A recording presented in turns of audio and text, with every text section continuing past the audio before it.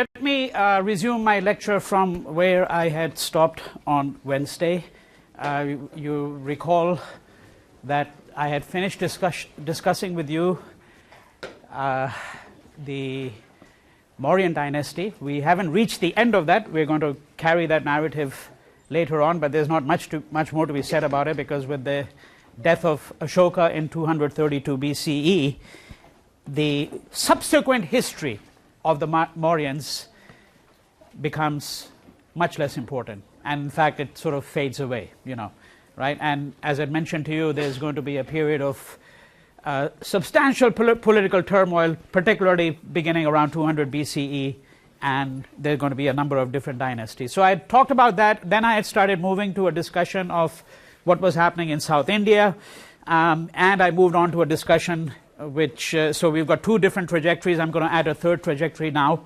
I'm going to finish with the Sangam period very, very soon. That's the South Indian, the history of South India very briefly. I'm going to finish with that in a few minutes, and then move on to Hindu myths and the Ramkatha or the Ramayana. All right, but recall what I said to you about South India, that sometime around roughly 300 BCE, we begin to get to know something about what's happening in the Tamil country, right? Who the Tamils are.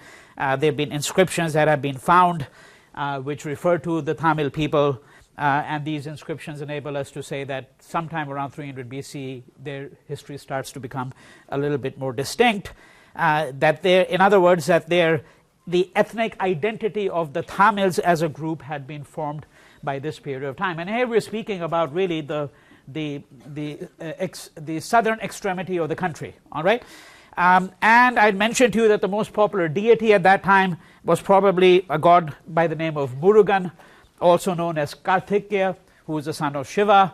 And let me add a little footnote here, because all of these names that have come up, just for example in my last sentence here, right? I mean, some of you are probably thinking, how much of this do we really need to know? And I want to reiterate at this juncture once again, right, that I think the lectures will give you a pretty good idea of what are the main trajectories, right? I mean, if I don't spend 5 minutes discussing Murugan's history, you should assume that you're not going to really get tested on Murugan. Okay, and similarly, when you read a story such as the Ramayana, right? I mean, the cast of characters run into hundreds. Now, you don't actually encounter hundreds of characters in the little version that you have, because that's a minuscule version of the entire story. Okay, right? But you do have to know some of the main characters. I mean, if at the end of the day you got a question and you didn't know who Ram was, well, then obviously, you either haven't been doing the reading or you haven't been listening to the lectures. And if you don't know the distinction between Ram and Ravan, and there may be versions, by the way, where the distinction may be quite clouded, now that's a different matter, because then we get into matters of interpretation. Then again, we would say that there's a serious issue. But just keep in mind the major trajectories. This is a course covering a very long time span. We're looking at some very large kinds of issues, some fundamental texts, right? That's the sort of thing that you have to keep your mind on.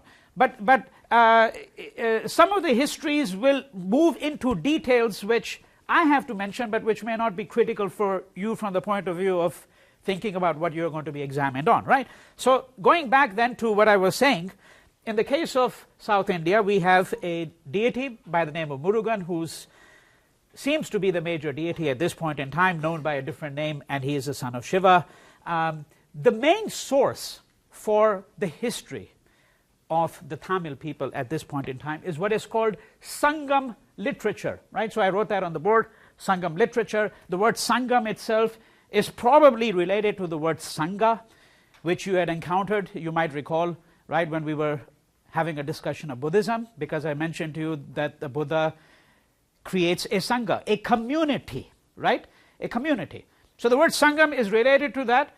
And here again, another important sort of digression for a moment, that you will find many loan words from Sanskrit which are going to enter into Tamil, right? Because Tamil is going to develop a very significant literature of its own, and this literature dates back to roughly 300 BCE. Okay, so this is what is called the Sangam literature.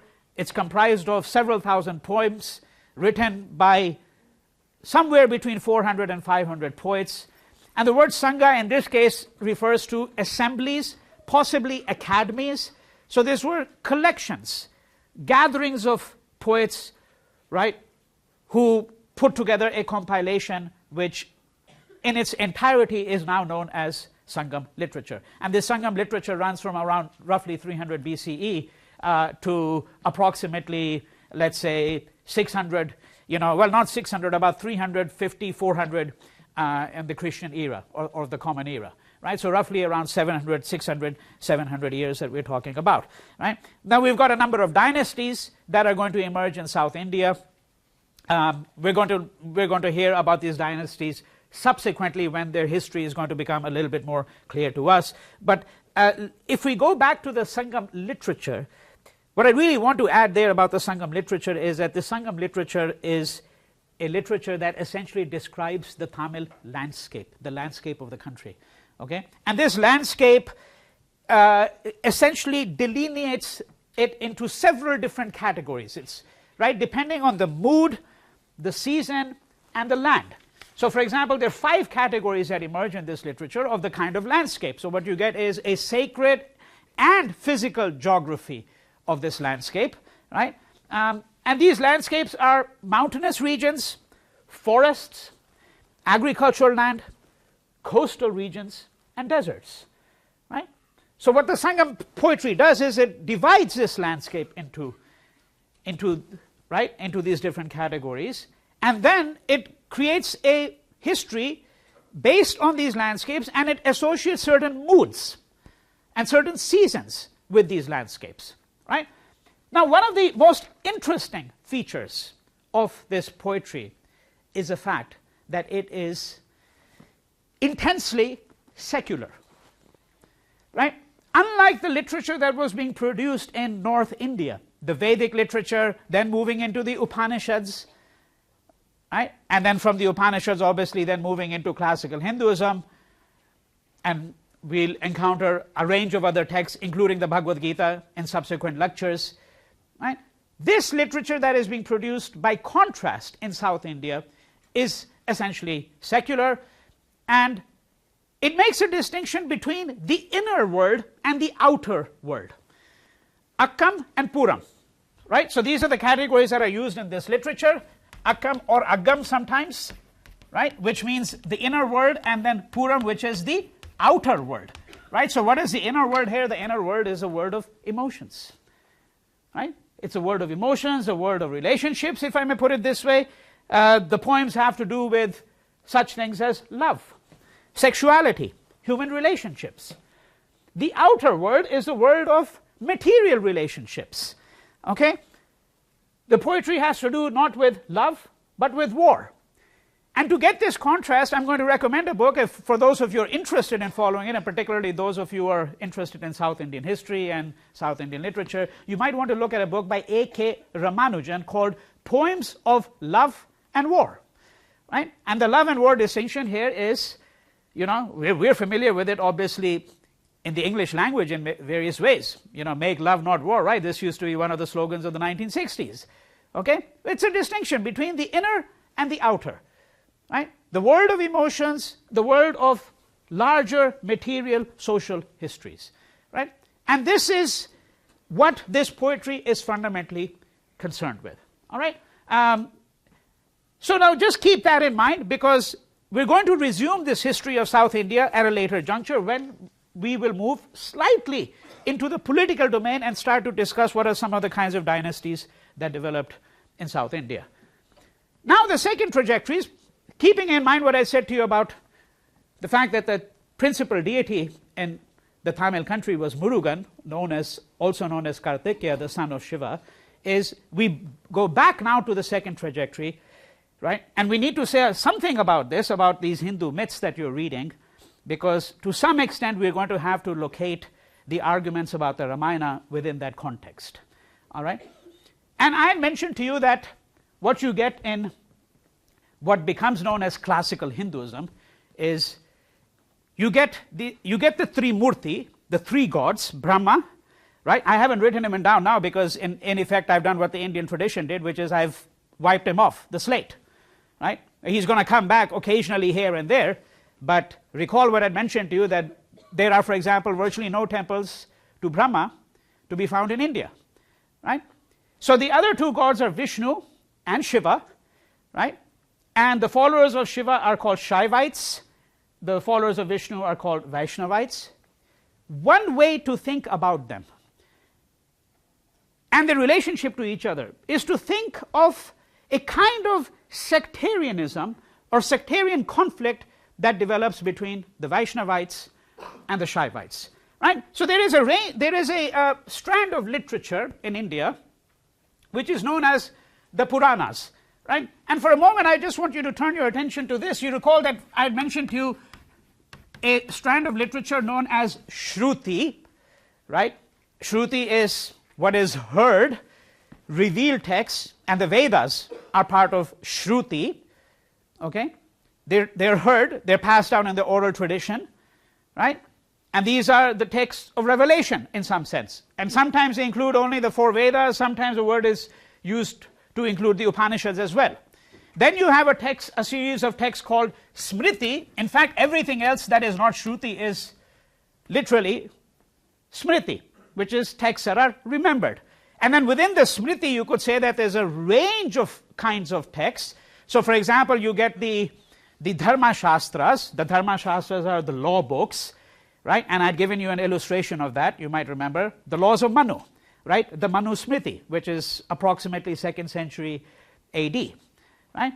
Now there is a range of texts, a category of texts, which are called the Puranas. Okay? The word Purana literally means old, but it's quite misleading, because you can write a Purana today, and right? I mean, you could write a book and you could call it a Purana. And of course, one rhetorical intellectual strategy that a writer might adopt is they might in fact write a work that is quite contemporary and might call it a Purana because they want to dignify it, right, with that kind of ancestry, if I may put it this way. Okay? The important thing to understand is simply this. These Hindu myths you're reading small excerpts from different Puranas. Now these Puranas essentially fall into 3 categories. There's one category of Puranas which elevates Vishnu as the main god. Okay, so these would be the various kinds of what are called Vishnu Puranas. There's actually a text called the Vishnu Purana, but there are many other Puranas which are not called Vishnu Purana, but which nonetheless elevate, right, Vishnu into the main god. Because remember what I'm saying, that there is a sectarian history that you have to think about. Okay? Then there is a class of Puranas which elevate Shiva and make him the main god.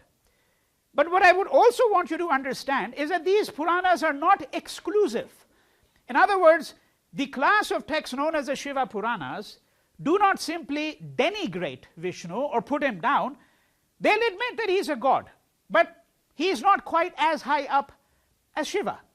The Vishnu Puranas will do exactly the same thing. They will have a place for Shiva in their pantheon, in the text, in the story, but Vishnu is the main god, Shiva is the subsidiary god. And then there's a third class of Puranas which can be described as the Schecter Puranas. Okay, Schecter Puranas. And the Schecter Puranas, the word comes, by the way, from the word Shakti, which means energy. And usually it is the goddess who is the embodiment of energy. So this third class of texts, what it does is, the third class of Puranas, these are what you might call the Schecter Puranas. They elevate the goddess. The goddess is superior to both the major male gods. Right? So these are the 3 different sort of strands that you're going to find, but one great history here is the history of what I'm describing as sectarianism. Now, just for a moment, turn your mind to the Ramayana. Okay? So among the main characters, you have Ram. And who is Ram? He's an avatar, he's an incarnation of Vishnu, right? And then you have Ravan. And even the version that you have, the version which is based on Kamban is a Tamil version, a Tamil writer, right? Even this short version makes it very clear that Ravan was in fact a great devotee of Shiva, right? So one of the ways in which you can read the Ram story, it may not have been transparent to you at all when you were reading it, but one of the ways, many ways in which you can read the story is to read it as an example of this kind of sectarian conflict that was taking place in India between the followers of Vishnu and the followers of Shiva. Okay? Right, so this is why this is all important. Now, before we get to the Ramayana, let me spend a little bit time on these Hindu myths, and in particular on the myth of Narasimha. Right, so you recall that there's these 10 incarnations of Vishnu. Okay, so we begin with Kurma and Matsya, right? The fish, the tortoise. Then we move to a incarnation called Vamana, the dwarf, right? And then Varaha, the boar. There is, by the way, in the Kamban version that you have, there is a story about the dwarf. I'm going to go over that story with you in just a moment, right? Then we move to Balarama, Narasimha, Ram, Krishna.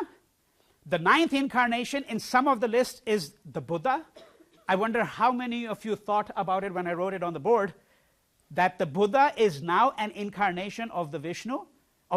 What is this? This is a strategy perhaps for incorporating the Buddhists, right? Because one of the worries is that, I mean, remember, as I've said to you in passing, right, that the religion that is going to become the dominant religion actually in the Gangetic plains, in the heartland of North India, is Buddhism. It's spreading very rapidly. Now the Hindus are a little worried. Okay, that is those we call Hindus today, those who were either Vaishnavites or Shaivites or Shaktos, or they could have been Tantrics. So another school of thought, another sectarian tradition would be Tantra, right? Okay, they're a little worried that they are losing some of their adherents to the Buddhists. So one of the ways in which you defang Buddhism is you simply turn the Buddha into an incarnation of Vishnu. Right? It's a strategy for absorbing him. Right? And then you've got the 10th incarnation of Vishnu, who's yet to come, Kalki, right? Very often shown coming on a white horse, right? So these are the 10 incarnations. Now, Narasimha. Let's spend a few minutes on the story of Narasimha. Okay? So who is Narasimha? Narasimha is half man, Nara, Simha, lion. Half man, half lion, right? And remember what the purpose of an incarnation is. That incarnation, Vishnu sends down his avatars to save the world from wickedness. And if the word wickedness is too strong for those who are not of religious bent, let's say distress, right? When human beings get unduly distressed, they need some kind of savior. All right, that's what the purpose of an avatar is. Avatar is an incarnation. All right. Now, to understand this story, first let me tell you what the story is, okay, of Narasimha. So there is a devotee of Vishnu, and this is why you need to know that sectarian conflict first. There is a devotee of Vishnu. His name is Prahlad. Okay. Intensely devout religious person, completely devoted to the god Vishnu. His father is Hiranyakashipu. He is an intense devotee of Shiva. Now there's going to be a constant endeavor to transform Prahlad, turn him into a devotee of Shiva. But Prahlad cannot be shaken up. He cannot be shaken up. Okay? And he's going to be put through all of these tests and trials. You know, he's going to be thrown down, you know, mountains. All kinds of things are going to happen. The idea is to dislodge Vishnu from his mind and put him into the camp of his father, who is a devotee of Shiva. Here's a sectarian conflict. The son is a devotee of Vishnu. The father is a devotee of Shiva. Okay? Now, the trials and tribulations of Prahlad are so intense that finally the idea is that he needs to receive some kind of assistance, okay, from Vishnu. So Vishnu says, I'm going to send down an incarnation. Now, why is this incarnation half man or half lion? Because Hiranyakashipu has, because of his intense devotion to Shiva, Shiva has conferred a boon on him, a blessing on him. And the blessing is, he says to him, right, you cannot be killed either at night or during the day. You cannot be killed either on the ground or in the sky. You cannot be killed either by a human being or by an animal. Okay, that's the boon. So that seems to cover virtually every possibility. You can't be killed. The day is 24 hours day. It's divided into 12 hours day, 12 hours night, let's say. You cannot be killed on the ground or, okay, in the sky, right? You cannot be killed either by a human being or by an animal. But what if you were a hybrid, right? Now, maybe they hadn't thought of that, right? So, Narasimha is going to come down as an incarnation, and when Prahlad is being really tormented, one day he is going to break out from a pillar. So the pillar is halfway, right? It's not on the ground, he's not up in the sky. He breaks out from the pillar. And next week I'm going to show you some slides of these gods. And there are these graphic representations of Narasimha, the half man, half lion, and he is going to go into Hiranyakashipu, right, with his claws. Okay? And he dies exactly at the hour of dusk, when it's neither night nor day. Right? And of course, Narasimha is not human and he's not animal. He's a hybrid. Right? And he comes bursting out of this pillar. Right? Now, you might say, well, that's just a nice story. What does it have to do with the history of India? Right? Well, it has a lot to do with the history of India, right? Why not? Because number one, we're saying that, look, this story has to be understood within the history of sectarian conflict. Right? There is a, I mean, today we might think of Hinduism as one single homogeneous entity, but that was never the case, and it's not the case even today. There is no such single homogeneous entity, and that's certainly not the case with probably any religion, but certainly not the case with Hinduism, right? So one reason why the story is important is because it is a story about the sectarian conflict, but that's not the only reason, and it may not even be the most important reason. The second reason why this story is important is because it suggests to us that we have to think of the continuum between asuras, demons, gods, humans, and animals. These are not discrete, separate categories. The great American essayist Ralph Waldo Emerson in the 19th century wrote a fantastic essay, and he said, and I'm quoting you, "Man is God in ruins." Humans have the potential to become gods, and gods sometimes behave like humans. Right? You can move back and forth between these. These are not clear-cut categories, not in this worldview. These are not clear-cut categories. And there is also a continuum between humans and animals. And when humans start to behave in an extraordinarily wicked way, even in colloquial English, we say they're acting like demons, asuras. So one of these things that this story is establishing is that there is a continuum between these. Right? And whether we as humans become gods or fall into the way of demons has a lot to do with our conduct, with the ethics that we pursue. Right? And that's partly what the story of the Ramayana is about. Right? Thirdly, this story is about what you might call liminality. Liminality here, by which I mean that it's a story about things at the cusp, at the border. Okay? That's where they become more interesting. We like to divide the world, into black and white. Right? Remember the whole war, either you're with us or you're against us. Well, I mean, that's frankly a juvenile way of thinking about it. Because the world is much more complicated. The moral categories that we work with are much more complicated. Now, this story is about liminality. Liminality means being at the cusp. What is the nature of transgression? Right? How do we fall from one end of the divide to the other end? Right?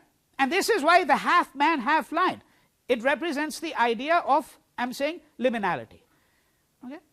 There are many other reasons why this story is, of course, important, but I've just tried to enumerate for you the importance of the myths here, and to understand their relationship to history, and understand their relationship to the history of India as it is going to emerge. Right? Now, one of the other myths, I want to take up that myth very briefly. I want to actually look at the Ramayana book with you. Incidentally, I'm also going to ask you, particularly for these 2 weeks, that you should bring the book with you to class, because there are going to be passages, both the Ramayana and the Mahabharata, which I'm going to want to look at. I'm going to want to read some of those passages and interpret them, and it'll be instructive if you have the book with you so that you can follow what I'm saying. So here's the story here. This is on page 14 or 15 of this version that you're reading. This is a story of Vamana the dwarf.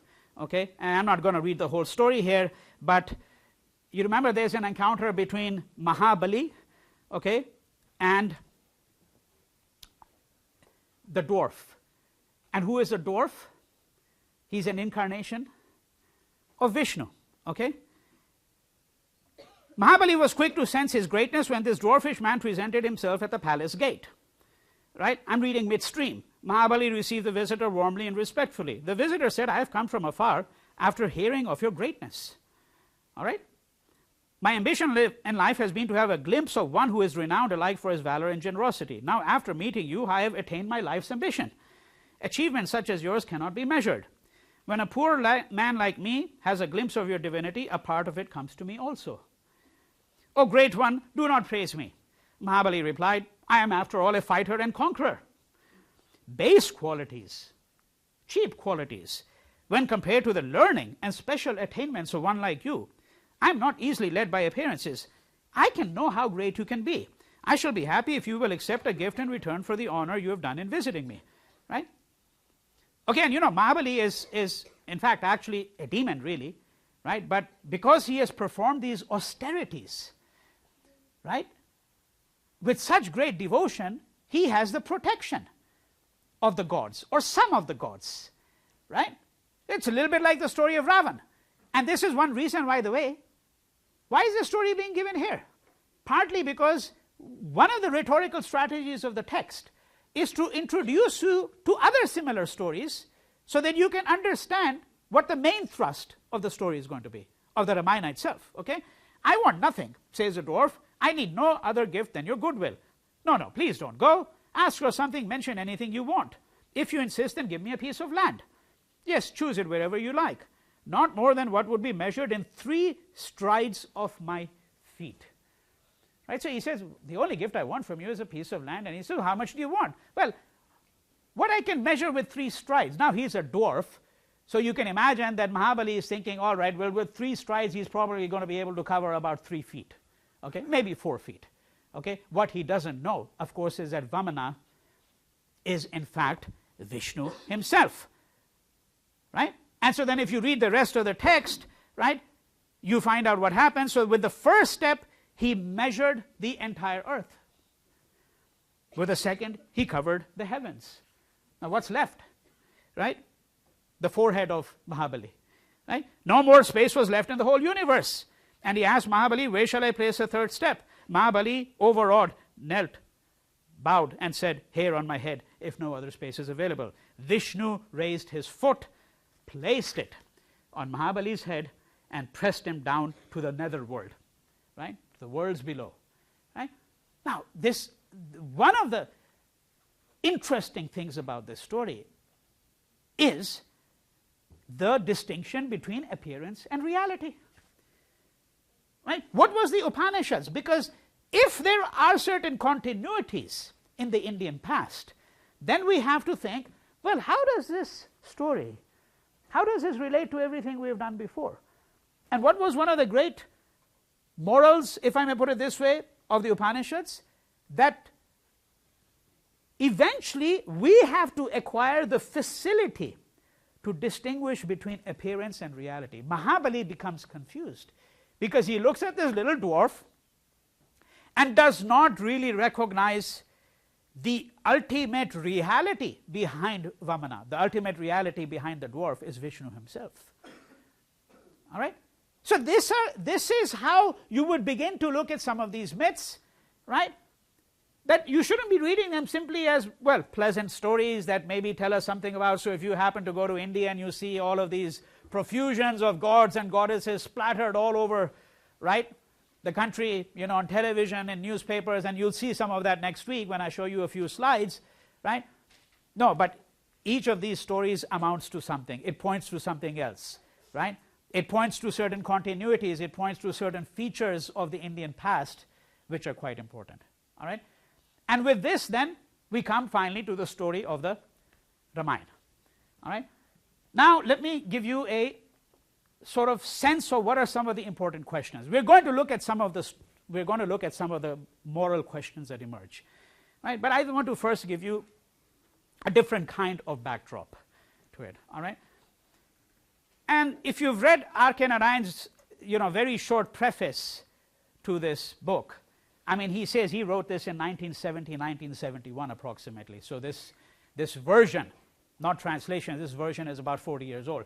And at that time, the population of India was about 500 million, something in that neighborhood, right? Now it's 1.2 billion, all right? But he says at that time, if you read that first page, he says that I'm quite certain that there is not a single person in this country that does not know the story of the Ramayana, right? All right? And so, and now you're speaking 1.2 billion, and it's just as true today as it was 40 years ago. Right? And so I want to insist on something which I had mentioned at the very outset in the first class when I was giving you an introduction to this class, that you should not think of these as epics in the sense in which you think of the Iliad and the Odyssey as epics. Because my submission to you would be, notwithstanding the enormous importance of the Iliad and the Odyssey, obviously, okay, in Western literature, right, in innumerable ways, that these epics do not have the same standing today in European culture, not to mention Greece, okay, that the Ramayana and the Mahabharata have in Indian culture. And that's not to say that one is better than the other. We're not making a normative assessment. We're simply making an assessment about how to locate these texts, that these are works that are very much alive in the Indian imagination. If a political character misbehaves really badly, the press will immediately refer to him as Aaj ka Ravan, today's Ravan. Okay? Happens all the time. When the Ramayana was shown on Indian television, as I told you, okay, in a serial form, please do not go and watch it. It's really terrible. Okay? And if you intend to squander, 30 hours of your time, then you can do that. So this is 10 Hindi movies, each of them 3 hours long, each of them really bad, okay, right, put together, okay. I mean, the most uncinematic thing you've ever seen in your life, but when it was screened on Indian television, I mean, it had an audience over the entire country. And that's because people are not looking at the cinematic qualities. They are gripped by the story, by the interpretation that is going to be put forward, right? And there are interpretations. So the first point is the following. There is a distinction to be made between the Ramkatha, which is, Katha means story, and the Ramayana. The Ramayana is a telling of the Ramkatha. Okay, it's a telling. There are many different kinds of tellings of this story. Right? That point cannot be emphasized enough. And in order to illustrate that point, I'm going to tell you a wonderful, what else, but story. Okay, told to me by one of my former teachers, who in turn actually was told the story by another Indian writer. I heard the story from the Indian writer as well, because I know him as well. His name is Ananta Murthy, one of the most well-known writers in India today. And so you can find the story discussed by him. But where I first heard it, and in fact A K Ramanujan, whom I've already mentioned to you, right, as the author of Poems of Love and War, which is an anthology of some of these early Tamil poems, right, which make the distinction between the Akkam, the inner, and the Puram, the outer. So the story that was told to me, I first heard it from A K Ramanujan maybe 25 years ago, was, there are hundreds of folk tales which are also associated with the Ramayana, and folk versions. Now, in one version of this Ramkatha, which is a Kannada version, so it comes from South India. Kannada is a language spoken in Karnataka, okay, right? So one of the South Indian states. In one of these versions, Ram and Sita are engaged in a conversation, and this conversation is a conversation that takes place when Ram, after having been informed by his father Dashratha that, I'm sorry my dear son, but you're going to have to go into exile, okay. So after Ram has been told this, right, Ram goes and tells Sita, I'm going to go into exile for 14 years and you shall stay back in Ayodhya, you shall not accompany me. And Sita says to him, well, that's impossible, I'm your wife, I'm going to accompany you. And Ram says, well, no, you cannot accompany me because I'm going into the jungle. Now, you're a princess. Remember who Sita was. She herself was also known as Janaki. She's a son of Janaka, right? And Ram had won her hand, right, at this contest where he picks up the bow, right, the bow and arrow, so forth and so on. You know that story. But she's been raised in the lap of luxury. And so Ram says to Sita, the forest is not the place for someone like you who has been raised in the lap of luxury. You have no idea what you're going to get into, okay, right? There's, you know, there are going to be no luxuries there. You're going to have to sleep on the floor. The food supply from one day to another is uncertain, right? You cannot accompany me to the forest. She says, no, I must accompany you to the forest because the place of a wife is by her husband. The Hindu texts say that. Now she thinks she's clinched the argument because the Hindu texts say that. Okay, this is a folk version. Then Ram says to Sita, yes, but the Hindu texts also say that the wife shall follow the command of her husband. So I command you not to go. Okay? And so they have this, it keeps on going back and forth. They keep on having this, and each one of them is citing texts. Then finally, the clincher is, Sita says to Ram, look, in all the other versions of this story, eventually I accompanied you. In all the other versions of this story, I accompanied you, and so shall be it in this version. Okay, I mean, enormous self-reflexivity in this tradition. Think of it. What a fantastic way to sort of think about, okay, how does one resolve this thing? All right? So this is what you have to bear in mind now, right? That, let me reiterate. First, there is the Ramkatha, which is a story of Ram, right? And then there are all these tellings of it. So the oldest telling of it is the one by Valmiki, which is in Sanskrit. So it's Valmiki's Ramayana. Although, for example, in the part of India where I grew up, we don't really read the Ramayana Valmiki at all, or hardly at all. What we read is a book called the Ramcharitmanas, right, which is the version in Hindi. Hindi is not really quite the right word, because if you know modern day Hindi, it's a very difficult work. And I will also read out in my next lecture to you one short verse. It's written in the most exquisite language in the 16th century, so it's a combination of Hindi, Awadhi, Magadhi, number of different languages, okay? And its author is a man by the name of Tulsidas. So that's a version that you read in North India. It's important to know that, because the Hindu nationalists would like to impose Tulsidas's version as the hegemonic version, or the standard version for all of India, if they could. Okay, so that's why it's important to know this. All right, and also at this point, a very small digression again, because it's an important one. I'm talking about reading the text. The Ramayana is read The Mahabharata, which is the other great so-called epic. Epic is a Western category. We don't really use that word in Indian languages. In fact, actually, the Ramayana is very often classified as a kavya. So kavya is another class of texts, and kavya means poem. The Mahabharata is classified as a itihasa, which means history. A bit misleading, but just table that aside, just write it down, and we'll get back to that a bit later on. Okay? Now, the digression was that the Ramayana is meant to be read. You can hear it too. You can see visual representations of it, so forth and so on. But one reads the Ramayana, one reads the Ramcharitmanas. In my home, there are people who would read the Ramcharitmanas every day, okay, as a devotional text. The Mahabharata, by contrast, is not to be read. It's not to be read.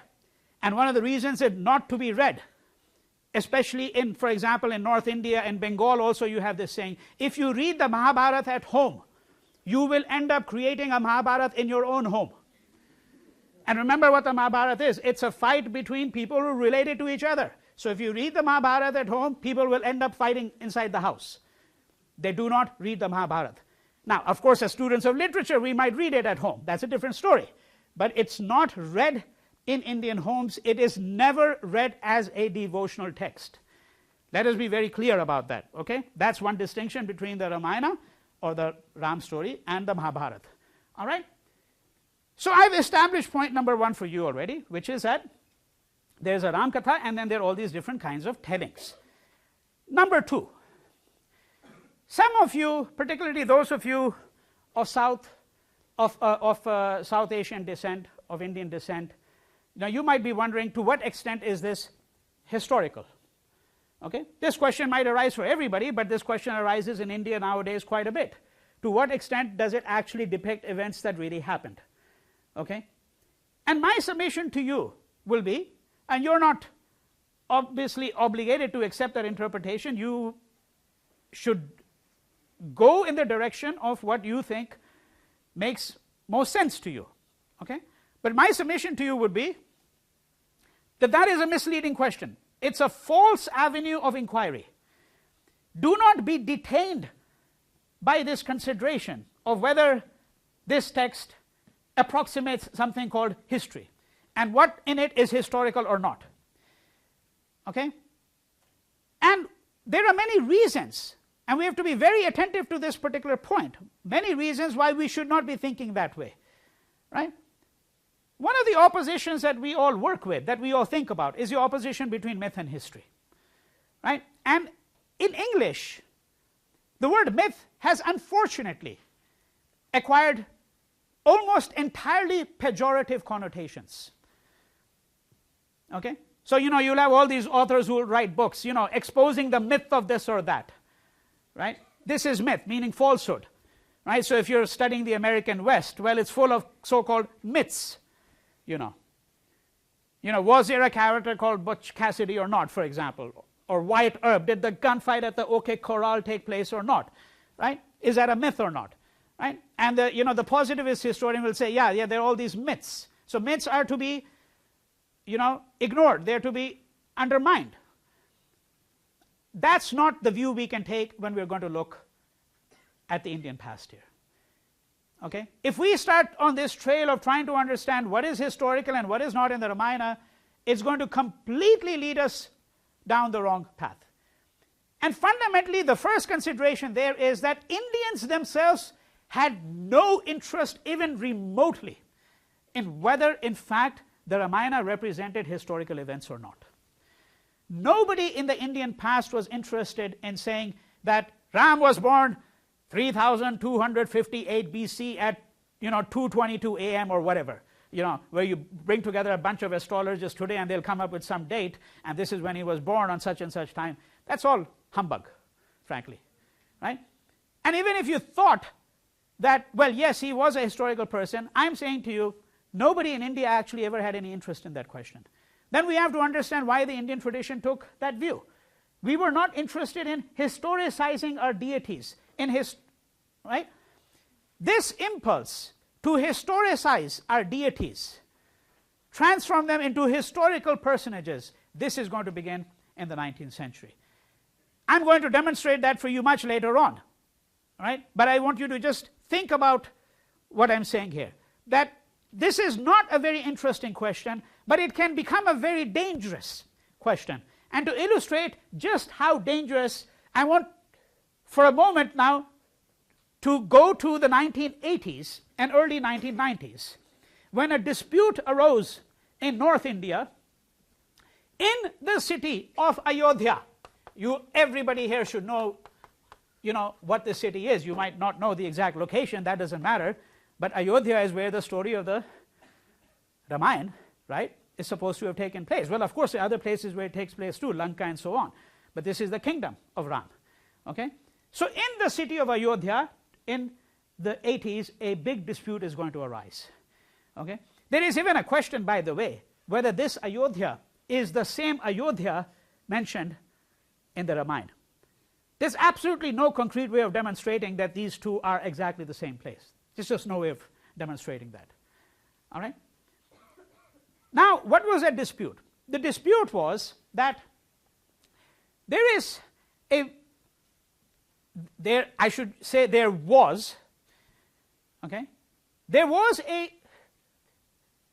mosque in Ayodhya called the Babri Masjid. Okay, Babri Masjid. The word Babri here is derived from the word Babar, not Babar the elephant, but Babar the Mughal emperor. Okay, Babar, the creator of the Mughal empire.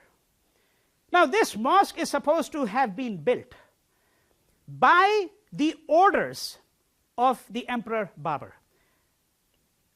in or around 1526.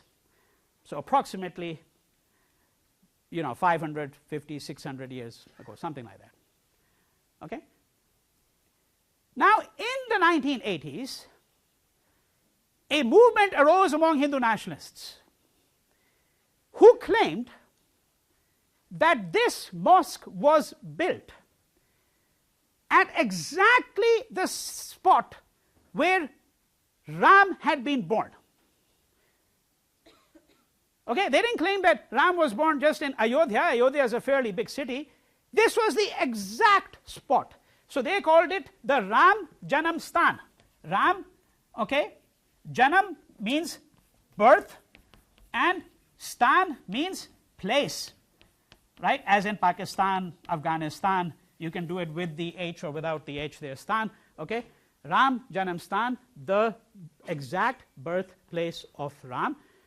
And they claim that there was a Hindu temple which had been built to honor Ram's birth at that spot, which was destroyed by the Muslims, okay?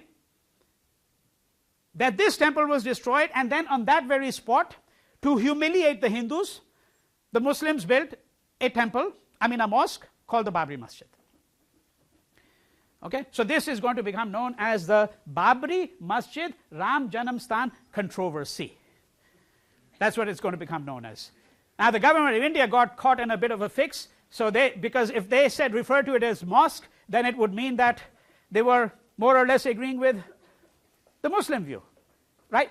Assuming that there is the Muslim view, and that if they called it the Ram Janamsthan, they're agreeing with the Hindu nationalist view. So they called it the disputed structure.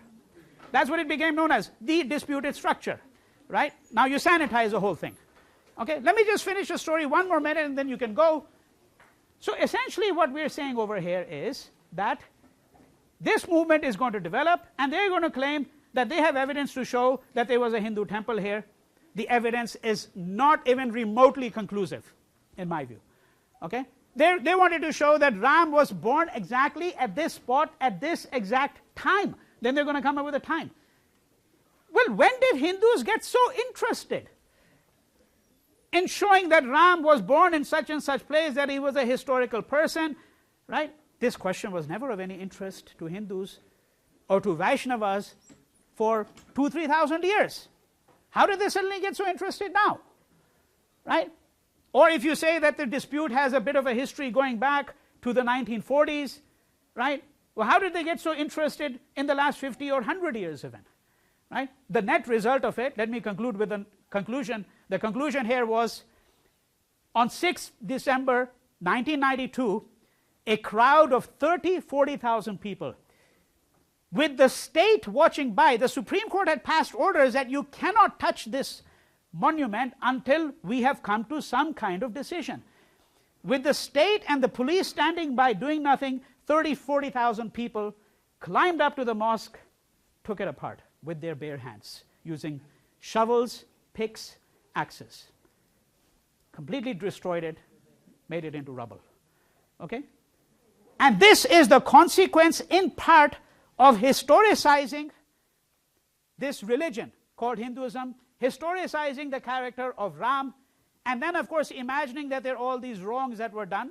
Well, there were wrongs that were done for sure on all sides, but I'm just giving you the consequence of what happened. So I want you to bear this in mind. The second point, namely, that we're going to have to think about the story of Ram within the larger context of the distinction between myth and history. Okay? And please bring the Ramayana with you to class on Monday.